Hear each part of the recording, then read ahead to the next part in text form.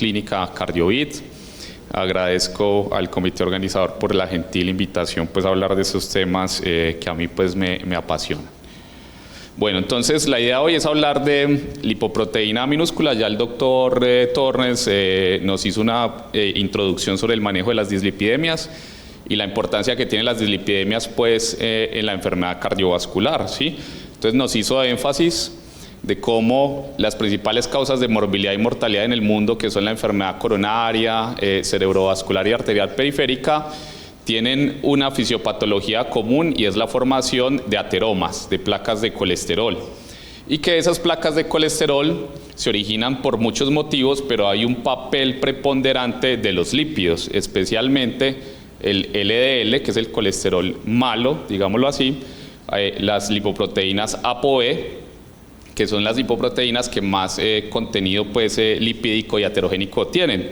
Pero a pesar de todo este énfasis que hemos hecho al manejo del colesterol LDL y el colesterol ApoB, aún nuestros pacientes siguen teniendo eventos cardiovasculares, a pesar de múltiples medicamentos que les damos. Entonces, eso es lo que nosotros llamamos el riesgo residual.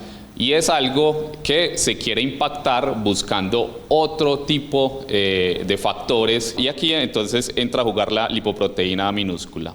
Pero por otro lado, la lipoproteína minúscula también tiene un papel muy importante en el riesgo de desarrollar una enfermedad valvular degenerativa, que es de las principales que tenemos que tratar nosotros los cardiólogos día a día, y es la estenosis aórtica. Esa estrechez de la válvula aórtica que hoy por hoy no tiene ningún tipo de manejo farmacológico. Entonces, nosotros como cardiólogos también nos quedamos expectantes cuando vemos un paciente con una estenosis aórtica leve moderada. A los pacientes no tenemos nada para intervenir esa progresión de la estenosis aórtica.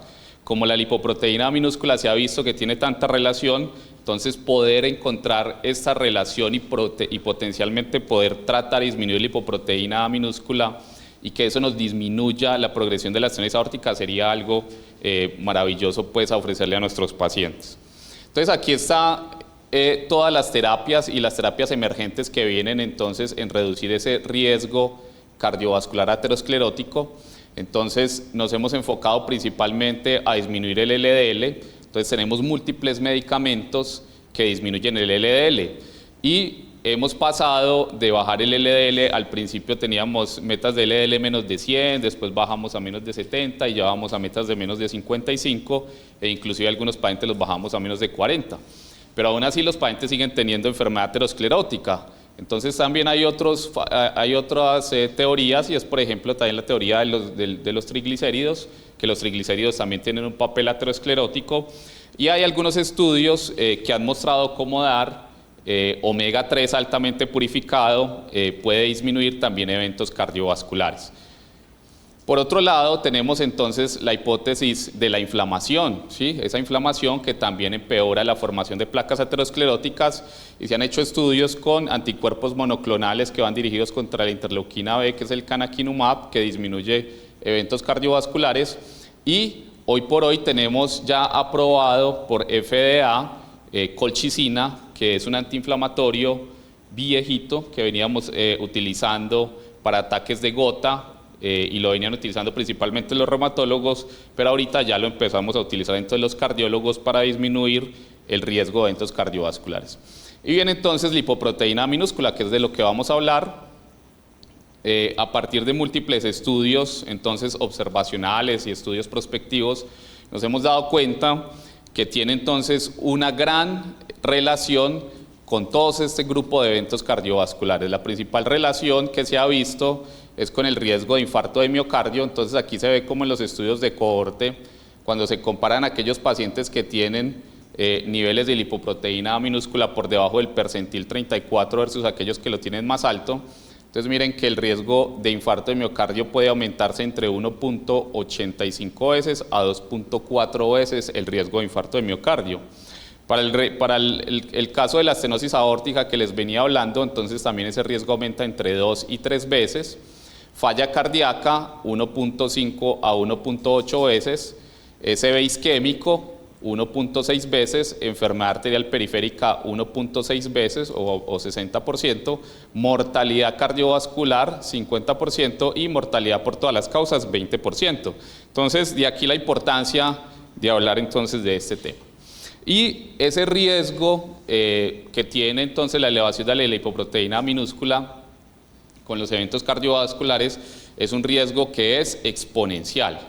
Y entonces, a mayores niveles de lipoproteína minúscula y mientras más tiempo usted esté expuesto a esa lipoproteína minúscula, pues va a tener más riesgo de tener esos eventos.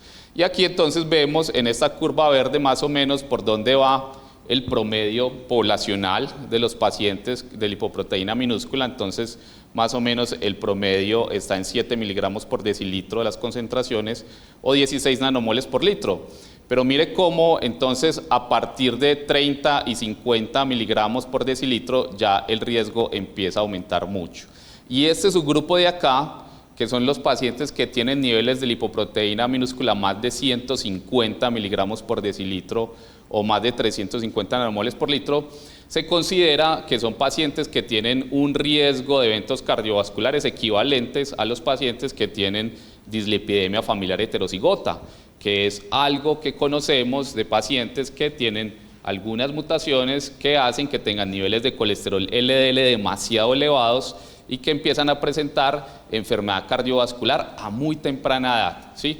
Es algo que lo tenemos muy claro y son pacientes que aún desde jóvenes los tratamos agresivamente. Entonces, tener niveles de lipoproteína minúscula tan elevados también equivalen a ese riesgo de pacientes con enfermedad heterozigota. Esta es la estructura de la lipoproteína minúscula, ¿sí? Y hay una estructura de la lipoproteína minúscula, esta es la lipoproteína minúscula, que son estos repliegues proteicos que se llaman Kringle. Y Kringle viene de esta especie de pretzel o producto de pastelería de los países escandinavos, ¿sí? Esta lipoproteína minúscula fue descubierta por una genetista noruega que analizando como diferentes variaciones del colesterol LDL vio que habían algunos que tenían cierta antígeno un poco diferente y vio que tenían todas estas formaciones que las llamaron Kringle, también entonces en relación a este producto de los países pues escandinavos. ¿Qué es la lipoproteína minúscula? Entonces aquí tenemos la molécula de lipoproteína LDL, de la que ya nos habló también el doctor Torrens ahorita. Entonces las lipoproteínas entonces están compuestas por lípidos y por proteínas, ¿cierto? Entonces aquí está el LDL con su contenido de triglicéridos, ésteres de colesterol, colesterol libre, fosfolípidos, la ApoB, que es como la principal apolipoproteína presente en las lipoproteínas aterogénicas, ¿sí? Y la diferencia es esta otra proteína que viene acá, que es entonces la lipoproteína A minúscula, que está compuesta por entonces estos repliegues proteicos que se llaman Kringle, que van desde el Kringle 1 hasta hay diferentes Kringle, está el Kringle tipo 4 y este tipo 4 tiene 10 variaciones, va del 1 al 10 y también hay un Kringle tipo 5. Pero hay algo aquí muy importante a resaltar y es que esta subfracción del Kringle 1, 3, 4, 5, 6 hasta el 10 digamos que no tiene variación, pero ese Kringle 4 tipo 2 mire que sí tiene una gran variación, ¿sí? Mire que se forman muchas repeticiones y esas repeticiones de este Kringle 4 tipo 2 va a ser un gran determinante de los niveles de lipoproteína minúscula, ¿sí?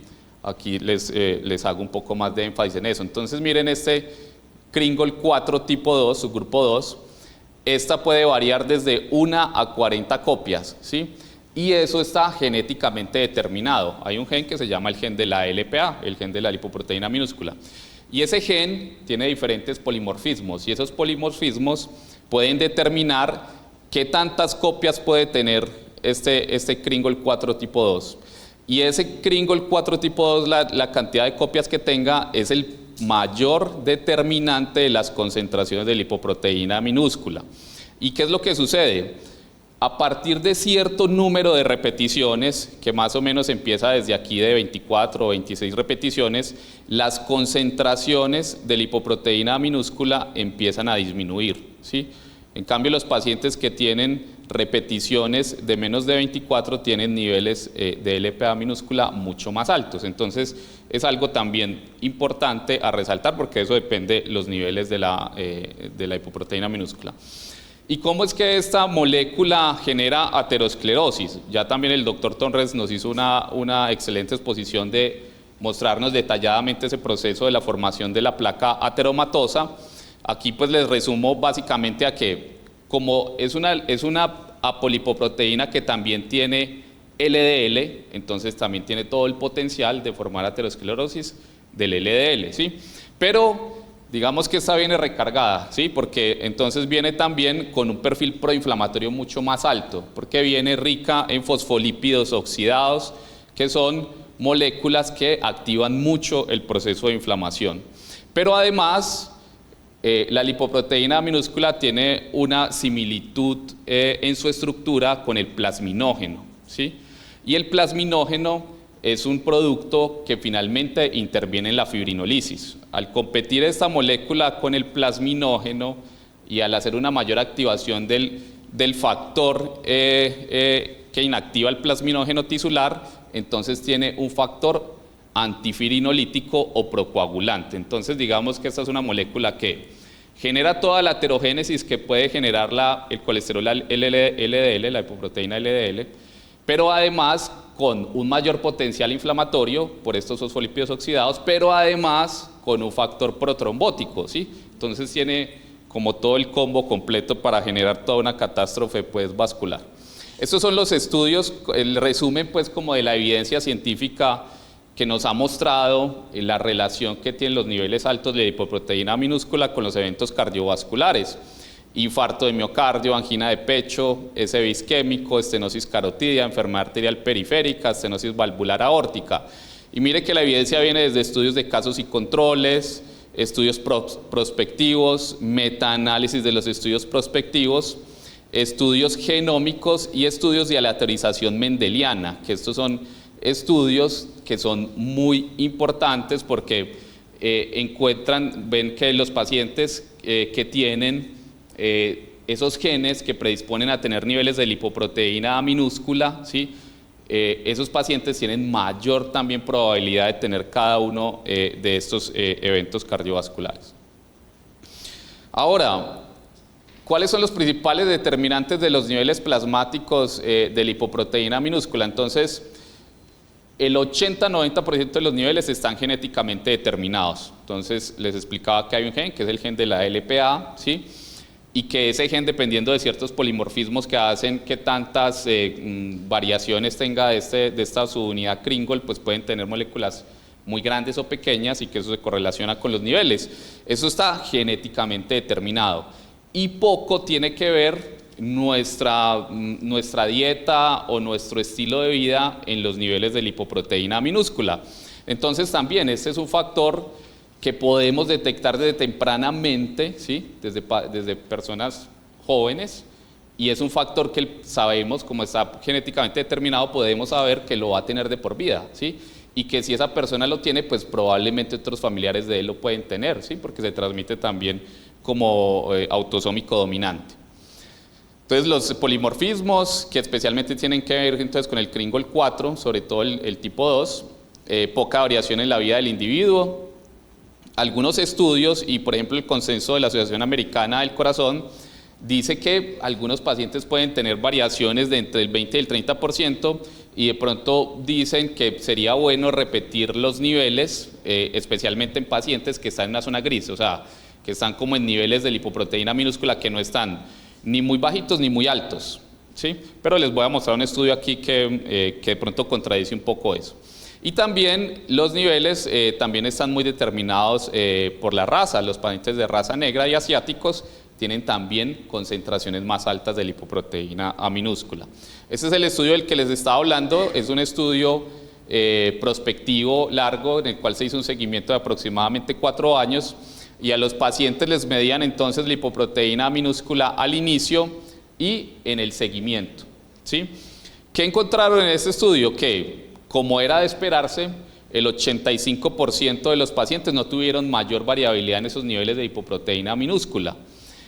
Algunos pacientes, un porcentaje, un 10%, tuvo una elevación. Ellos consideraron una elevación pues como relevante, que cambiara más de 25 nanomoles por litro, y un 5% disminución. Pero eso no tuvo ninguna asociación con los eventos cardiovasculares, con la incidencia de enfermedad coronaria.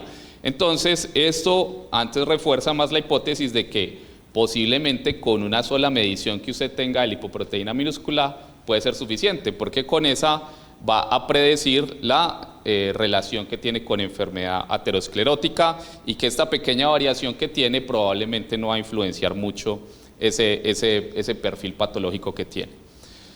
Sobre la medición, entonces la concentración promedio más o menos es alrededor de 10 miligramos por decilitro o 20 nanomoles por litro.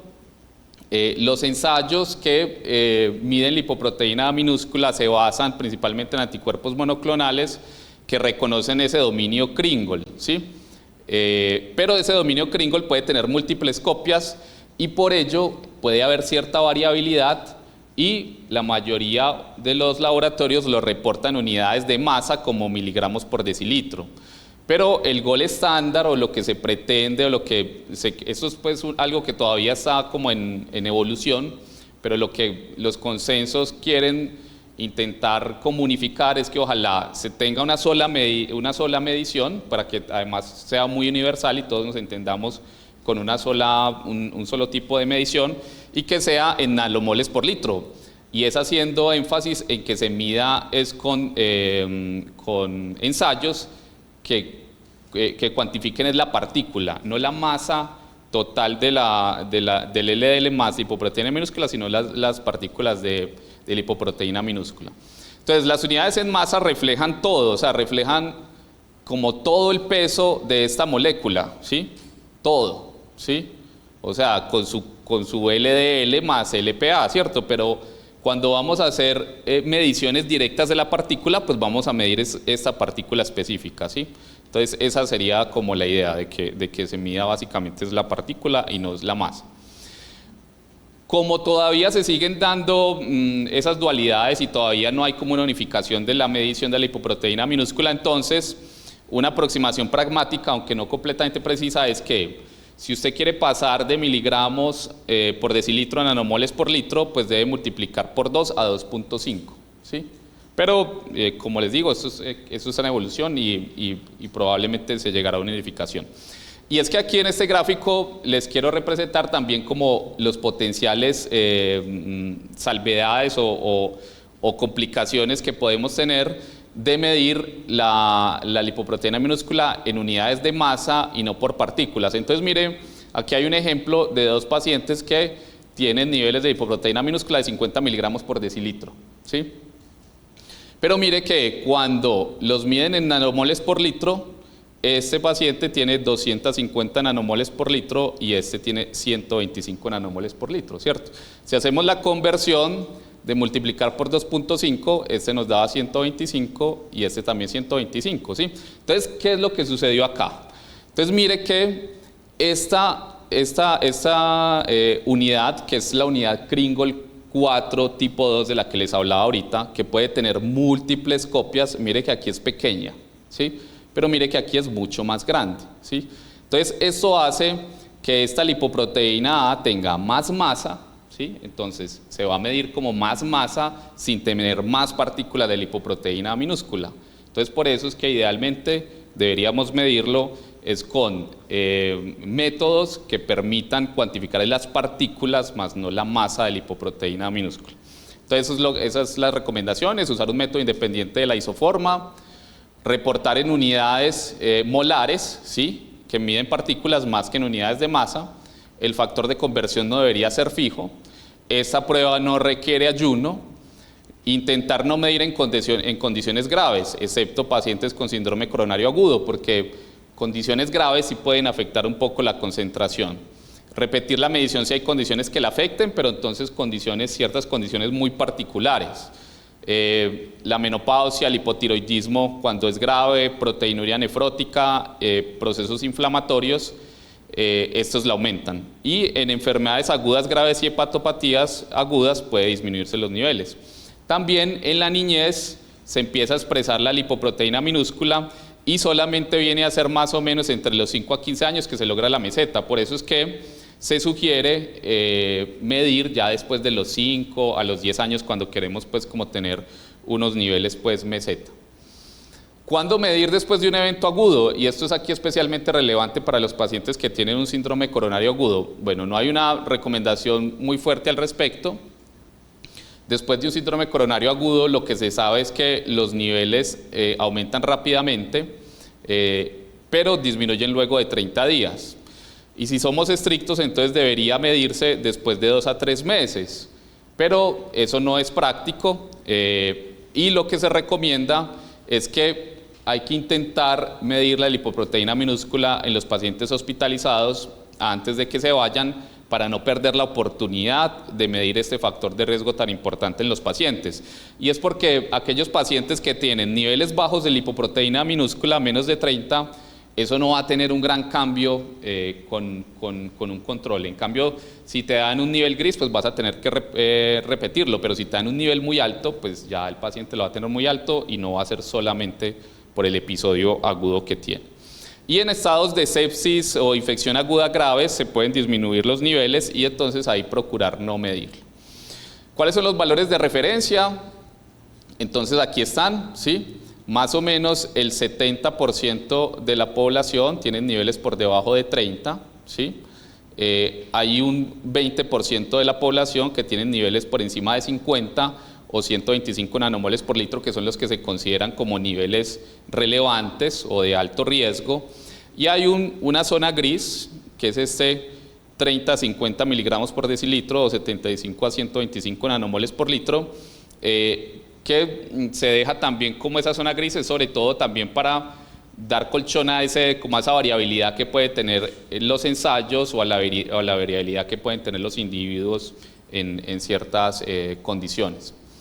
Entonces la relación, como ya lo habíamos dicho, entre los niveles del LPA y los eventos cardiovasculares es continua. A mayores niveles, mayores eventos. Las concentraciones por encima de 180 definitivamente son demasiado altas y le confieren al paciente un altísimo riesgo de eventos cardiovasculares. La interpretación de estos niveles no debe ser ajena de los otros factores de riesgo cardiovascular, porque no es lo mismo que tú tengas un nivel de LPA de 60 teniendo otros factores de riesgo, el LDL alto, el HDL bajo, obesidad, fumador, hipertenso, a solamente tener niveles de LPA un poco elevados, ¿sí? Entonces siempre se debe también interpretar a la luz de los otros factores.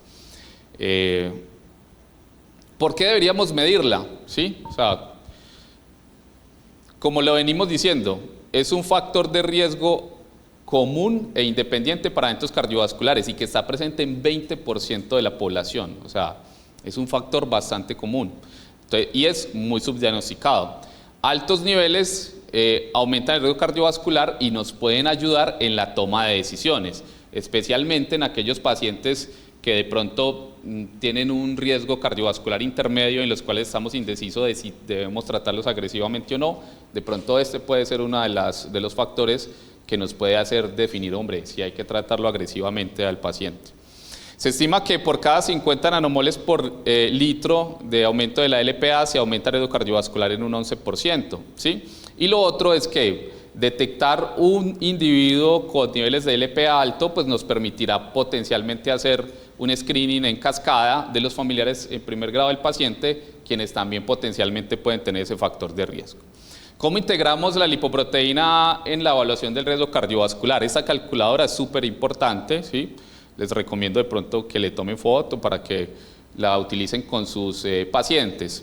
¿Por qué les digo esto? Porque esta calculadora les permite calcular el riesgo cardiovascular del paciente en base a los factores conocidos, lo que hacemos siempre, mire, tener en cuenta el género del paciente, la edad del paciente, el colesterol LDL, HDL, la presión sistólica, si tiene diabetes, si fuma o no, ¿sí? Pero, y bueno, y se le calcula el riesgo. Pero además, usted le agrega los niveles de lipoproteína minúscula, entonces te va a decir cuál es el riesgo del paciente con sus factores de riesgo tradicionales y cuál es el riesgo del paciente teniendo en cuenta el nivel de lipoproteína minúscula, que por ejemplo en este caso de este paciente era un nivel de 100 miligramos por decilitro. Y más allá, porque entonces también uno de los problemas por lo cual casi no se mide la lipoproteína minúscula es que hoy por hoy no tenemos una estrategia terapéutica que nos disminuya LPA y que esté claramente demostrado que disminuya eventos cardiovasculares. Entonces eso puede llevarlo a uno a decir como, bueno, pero ¿para qué voy a medir algo que no voy a tratar? ¿Cierto? Pero entonces la importancia está acá, en que vas a redefinir el riesgo del paciente, ¿sí? Y puedes, por medio de estrategias de modificar el colesterol LDL, de modificar la presión del paciente, la glicemia, bajar ese riesgo cardiovascular, y esto te lo dice también esta calculadora. Entonces te dice, está bien, este paciente tiene niveles de lipoproteína de 100, en este momento no tenemos cómo bajarlos, pero mire lo que va a pasar si le bajas el colesterol LDL al paciente, ¿sí? Entonces mire cómo modificas el riesgo cardiovascular, ¿sí? Cómo bajas de 52 a un 29%. Esto es como las recomendaciones que dan los principales consensos y los últimos sobre medición de LPA. No hay uniformidad del criterio de cuándo medir. Los americanos básicamente lo que nos dicen es que el cribado está más a favor de aquellos pacientes con historia familiar o personal de enfermedad aterosclerótica a temprana edad, ¿sí? Y también puede ser útil en aquellos pacientes que tienen un riesgo cardiovascular intermedio o intermedio bajo para ayudar a redefinir el riesgo, porque si el paciente tiene LPA alta, pues ya no va a ser intermedio, sino alto. Los europeos sí dan una recomendación mucho más global, y es, debe ser medida al menos una vez en la vida en todos los adultos, ¿sí? En todos los adultos deberíamos medir al menos una vez los niveles de LPA. Especialmente para intentar documentar a aquellos pacientes que tienen niveles de LPA demasiado altos, que le van a conferir un riesgo demasiado alto por toda su vida, ¿sí?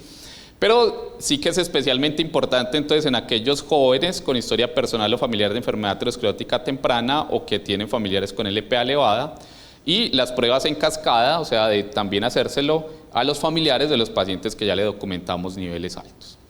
Este es un statement también reciente de los australianos. Ellos dicen pues que como el cribado universal de hacérselo a todas las personas pues no lo consideran que esté recomendado, pero sí se hace énfasis entonces en recomendarlo en pacientes con enfermedad aterosclerótica establecida, enfermedad aterosclerótica prematura propia del individuo o en algún familiar, ¿sí? O pacientes que tengan calcificación aórtica prematura o una rápida progresión a estenosis aórtica. Y este también es un dato muy importante. Aquellos pacientes que de pronto vemos en nuestra práctica cotidiana que tienen niveles de LDL altos y les damos estatina y no les baja el LDL, lo que llamamos como resistencia a las estatinas, pues ojo, muchos de esos pacientes pueden tener niveles de LPA elevados, como un porcentaje que puede ir entre el 17 y 30% del colesterol LDL es parte de la LPA, ¿sí? Entonces, si usted le da estatinas a un paciente y no le baja el LDL, puede ser que ese LDL sea dependiente de la LPA y la estatina no le está haciendo nada. Entonces, ese es otro grupo de pacientes que definitivamente se les debe medir la LPA. Ya estamos cerca de terminar. Sobre las terapias para disminuir la LPA, entonces, hasta el momento no hay una demostración por ensayos clínicos que disminuir farmacológicamente la LPA reduzca eventos cardiovasculares, ¿sí? Pero la amplia evidencia que sugiere causalidad, evidencia por todos los estudios que les he mostrado, ¿sí? Hace que los niveles de LPA sean un objetivo secundario luego de que controlemos el LDL, el no HDL y la ApoB, especialmente en pacientes con aterosclerosis o recurrencia de eventos. La dieta tiene muy pobre efecto, o sea, la dieta no le va a hacer cambios a la LPA minúscula. La intervención más efectiva, disponible y aprobada es hacer aféresis de lípidos, ¿sí? La aféresis de lípidos disminuye la LPA entre el 50 y 85%. Tiene aprobación FDA a pacientes que tengan enfermedad cardiovascular y niveles de LPA por encima de 60 miligramos por decilitro. Hoy por hoy el tratamiento se basa en el control estricto de otros factores de riesgo, ¿sí? Lo que les decía ahorita, de pronto si bien no le vamos a disminuir directamente el paciente la LPA, pues sí vamos a ser más agresivo en tratarle otros factores de riesgo y así vamos a disminuir los eventos cardiovasculares. Sobre las terapias que tenemos, las terapias que disminuyen LDL y ApoB, las estatinas, tienen mínimo efecto sobre la LPA. Algunos estudios reportan inclusive que pueden aumentarla entre un 10 al 20%, pero otros estudios no muestran ninguna diferencia. O sea, en realidad con las estatinas no vamos a tener una gran variación de LPA, pero eso no quiere decir que no le demos estatinas al paciente, ¿sí? Porque de pronto se puede malinterpretar esto como, es que la estatina puede aumentar la LPA, entonces no le demos estatinas. No, la estatina hay que dársela porque es que la estatina te va a disminuir el riesgo dado por el colesterol, el otro colesterol aterogénico, el LDL, ¿sí? Y lo que queremos es impactar el desenlace de los eventos cardiovasculares globales del paciente. Los inhibidores de la PCSK9, digamos que es lo que tenemos disponible, que puede disminuir un poco más la LPA, ¿sí? Hasta en un 25%. Sin embargo, todavía no se ha demostrado que disminuir el LPA con inhibidores de la PCSK9 disminuye eventos cardiovasculares. Hay algunos análisis que hacen de los estudios de los inhibidores de la PCSK9 donde encuentran que aquel subgrupo de pacientes en los cuales se les disminuyó el colesterol LDL con inhibidores de la PCSK9 y que tenían niveles de lipoproteína minúscula elevados y bajó, tuvieron mayor disminución de eventos, pero eso no es una prueba de que sea por esta disminución pequeña del 25% de la lipoproteína minúscula, porque las estimaciones, ¿sí?, de cuánta LPA debemos disminuir para disminuir grandemente los niveles de eventos cardiovasculares, se estima que tenemos que disminuir la LPA al menos entre 60 a 100 miligramos para tener una disminución de eventos de aproximadamente un 20%. Ahorita el doctor Torres nos recordaba cómo es esa relación con el LDL. Por cada 40 miligramos por decilitro que bajamos el LDL con estatinas o con otros hipolipemiantes, disminuimos los eventos cardiovasculares en un 20%. Entonces mire que si queremos ese mismo nivel de disminución similar al de las estatinas, pues tendríamos que bajar aún más la lipoproteína minúscula. Entonces, por eso es que todos estos tratamientos, los que tenemos disponibles, los ensayos clínicos que se están haciendo actualmente para disminuir el LPA y disminuir eventos cardiovasculares no tienen en cuenta ninguno de estos tratamientos, porque son tratamientos que la disminuyen muy poco y no se espera que tengan un impacto. La niacina es un medicamento que la puede disminuir, pero tuvimos en el pasado un boom de niacina y de estudios con niacina porque además aumentaba el HDL, pero esos estudios no demostraron que disminuyeran eventos cardiovasculares y antes se generaban muchos efectos secundarios, de tal manera que niacina se ha abandonado y ya no se utiliza. Pero sí hay medicamentos prometedores, ¿sí? Y son el pelacarsen, que es un oligonucleótido antisentido, que disminuye los niveles de LPA en un 80%, ¿sí? Y olpasiran, que es un RNA de interferencia y lo disminuye en un 95%, ¿sí? Entonces, hay en marcha estos estudios, ya se han hecho estudios fase 2, o sea, estudios que han demostrado que esos medicamentos disminuyen efectivamente la LPA y que son seguros, que no tienen efectos adversos. Ya lo que nos falta, ¿sí?, la cereza del pastel, va a ser estos estudios que mire que están proyectados hasta dentro de poco, ¿sí?, que son un estudio que es el de pelacarsen para 2025 de disminución de eventos cardiovasculares. Y lo que se espera es que puedan ser positivos, pero bueno, eso nos lo dirá la evolución. Y hay otro con olpasiran que se espera ser completado para 2026. Ya para concluir, entonces recordarles esa relación continua que hay entre la concentración del LPA y la enfermedad cardiovascular. Mientras más alta esté, más eventos cardiovasculares. Que medir la LPA ayuda a refinar el riesgo cardiovascular, ¿sí? Entonces puede ser útil en nuestros pacientes, especialmente aquellos pacientes que consideramos que tienen alto riesgo, que están en un riesgo intermedio. Idealmente debería definirse en todos los adultos, ¿sí? Pero si de pronto eso no es muy factible por costos o por las condiciones en las que nos desempeñamos, pues al menos sí tener en cuenta de medirla en aquellos pacientes que tienen enfermedad cardiovascular a temprana edad, que tienen una estenosis aórtica a temprana edad, una estenosis aórtica que ha progresado rápidamente, que el LDL no disminuye lo que esperamos con las estatinas o que tienen eventos cardiovasculares a pesar de que les estamos tratando muy bien, ¿sí? El tratamiento se basa entonces en el control estricto de los factores de riesgo cardiovascular, la calculadora que nos puede ayudar entonces a tomar esas decisiones, y también es muy importante para explicarle a los pacientes, para que ellos también vean desde un punto de vista de números cómo puede ser el impacto que tenemos. Y quedan pendientes entonces esos ensayos clínicos que nos van a demostrar si lo que esperamos, que es disminuir de una manera significativa esa LPA, nos vaya a disminuir los eventos cardiovasculares. Lo que esperamos es que esos ensayos sean positivos. Muchas gracias y quedo atento a preguntas del público.